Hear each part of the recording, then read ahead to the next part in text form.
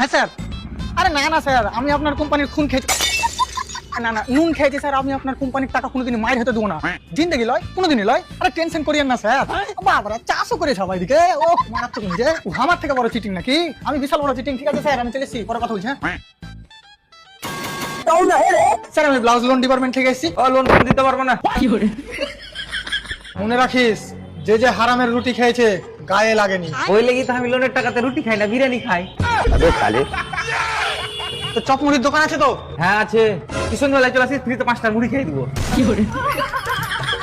আরে শালা, ওই দোকানটা তুই লোন দিয়ে বানালছিস তো?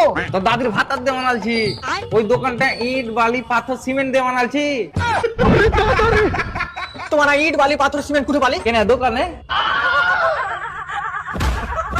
আবে দোকানে তো আমিও জানি, কিন্তু দোকান থেকে নিয়ে আসার আগে তুই দোকানদারকে কি দিয়েছিলি? প্রথমে দোকানের নাম দিয়েছিল। আবে তুই টাকা দিসনি? হ্যাঁ দিয়েছিল। হ্যাঁ, তো ওইগুলা আমার গে লোনের টাকা। আচ্ছা, হ্যাঁ, তো আমার গে লোন কে দিবে এবার? তোমার কে লোন তোমরা দিবে বাড়া। আবে কোম্পানির লোন কে দিবে বে? দেখ তো মারা, কোম্পানি লোন কোম্পানি দিবে।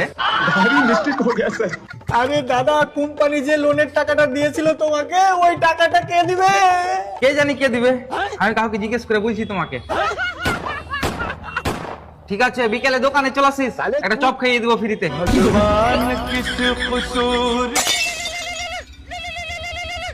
স্যার, হ্যাঁ স্যার। স্যার, আমি আপনার কোম্পানির নুন খেয়েছি, আমার কাছ থেকে 1 প্যাকেট নুন নিয়ে নিন।